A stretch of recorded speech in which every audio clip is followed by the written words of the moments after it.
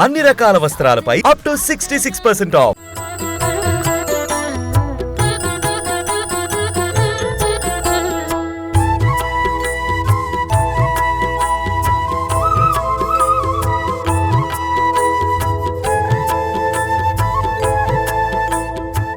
అందరికీ నమస్కారం. నేను Swarupa Potlapalli. Welcome to Suman TV.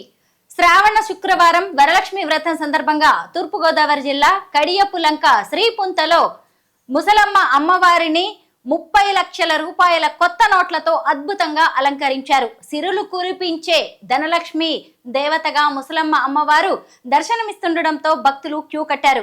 ప్రస్తుతం నాతో పాటు తూర్పుగోదావరి జిల్లా కడియపులంక నుంచి ముసలమ్మ దేవస్థానం కమిటీ మెంబర్ సత్యనారాయణ గారు ఇంటర్వ్యూకి రెడీగా ఉన్నారు. ఆయనతో మాట్లాడదాం. నమస్తే సత్యనారాయణ గారు. నమస్కారం మేడం. ముసలమ్మ అమ్మవారి విశిష్టత, అలాగే ఆవిడని శ్రావణ శుక్రవారం వరలక్ష్మి వ్రతం సందర్భంగా 30 లక్షల రూపాయల కొత్త నోట్లతో అలంకరించాలి అనే ఆలోచన ఎందుకు వచ్చింది? మా కడియపులంక గ్రామానికి ఈశాన్య భాగంలో ఉన్నటువంటి గ్రామ దేవత మేడం ఈ మేడం. మన ముసలమ్మ తల్లి అమ్మవారు. ముసలమ్మ తల్లి అమ్మవారిని గత 60 సంవత్సరాలుగా కొనియాడుతూ ఉన్నాం. భూమిలో ఒక రైతు భూమిని దున్నుతున్న కార్యక్రమంలో భూమిని బాగు చేసి పంట వేసే టైంలో భూమిని దున్నుతుంటే భూమి నుంచి ఉద్భవించిందండి అమ్మవారు. మనకి సీతమ్మ తల్లి ఎలా అయితే ఉద్భవించిందో అలాగా ఈ అమ్మవారు వెలిశారు. అప్పటి నుంచి కూడా గత 60 సంవత్సరాలుగా నమ్మకంగా ఉండేటువంటి తల్లిగా, గ్రామాన్ని కాపాడుతున్నట్టు తల్లిగా మేము భావించి తల్లిని కొనియాడుతున్నాం. ఆ విధంగా ప్రతి సంక్రాంతి నాడు కొన్ని వేల మంది ఆడపడుచులతో ముగ్గులు పోటీలు, అదే విధంగా దీపావళి నాడు అన్ని రకాల స్వీట్లతో స్వీట్ వంటకాలతో అలంకరణలో, అదే విధంగా ఆషాఢంలో కూరగాయలతో మంచి గుడి అంతా కూడా ఇంచుమించు 5 టన్నుల కూరగాయలతో అలంకరించడం జరుగుతుంది. ఆ భాగంలో అందులో భాగంగానే వరలక్ష్మీదేవిని అందరూ కొలుసుకుని ధనలక్ష్మి ప్రతి ఒక్కరి కూడా ధనం రావాలనే ఆశయంతోనూ ఆశతోనూ పూజిస్తారు. కాబట్టి ఈ రోజున మనము మన దగ్గర ఉన్నటువంటి ధనాన్ని అలంకరించినట్టయితే అందరూ భక్తులు కూడా ఎక్కువగా వచ్చి తల్లిని కొనియాడతారు. సత్యనారాయణ గారు, అన్ని కొత్త నోట్లే, 30 లక్షల రూపాయలు ఎక్కడి నుంచి సేకరించారు ఇవన్నీ?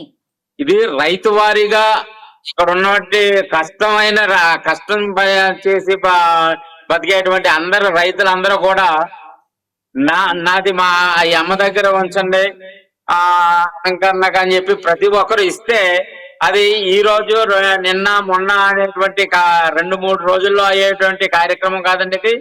ఇది గత నెల రోజుల బట్టి ఒక్కొక్క బ్యాంక్ కి ఒక్కొక్క అమౌంట్ ఇచ్చి ఆ అమౌంట్ కి తగ్గటువంటి కొత్త కరెన్సీ ఇస్తే ఆ ఎన్నాటిని కూడా 30 లక్షల వరకు మనం సేకరించి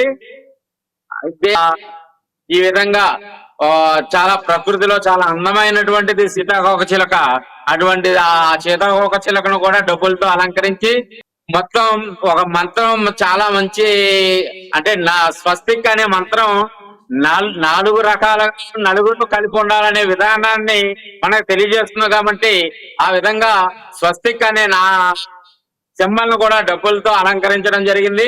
అలాగే సిద్ధి వినాయక ఆలయ వారికి, మన జ్ఞాన సరస్వతి వారికి, మన ముసలమ్మ తల్లి వారికి దానిలో మాలని పువ్వులతో కాదు డబ్బులతోనే తయారు చేసి వేయాలి అనే విధంగా ఈ డబ్బులతోనే గుచ్చి దండలు గుచ్చి వేయడం జరిగింది అందంగా.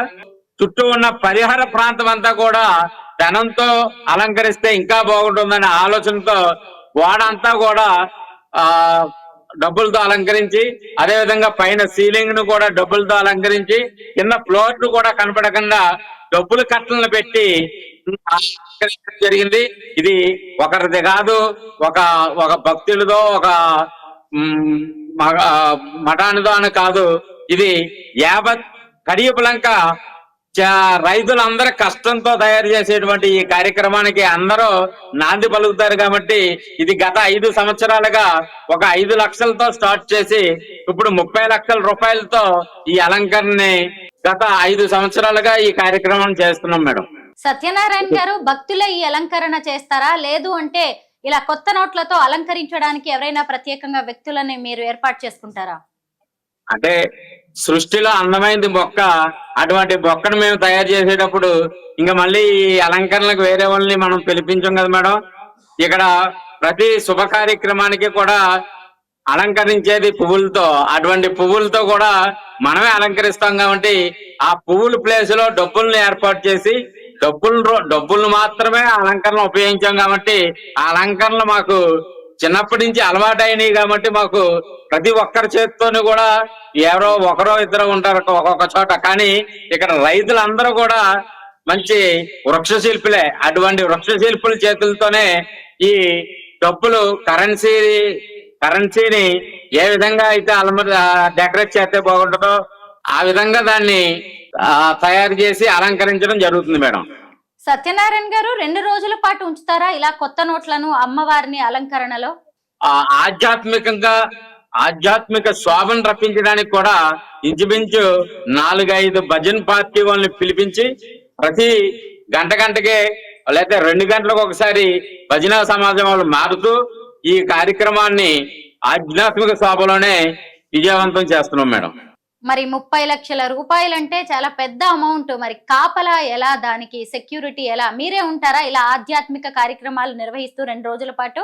మరి అంటే యాక్చువల్ గా ఆధ్యాత్మిక శోభను యాడ్ చేసిందే ఈ కాపలాదారుడికి మేడం.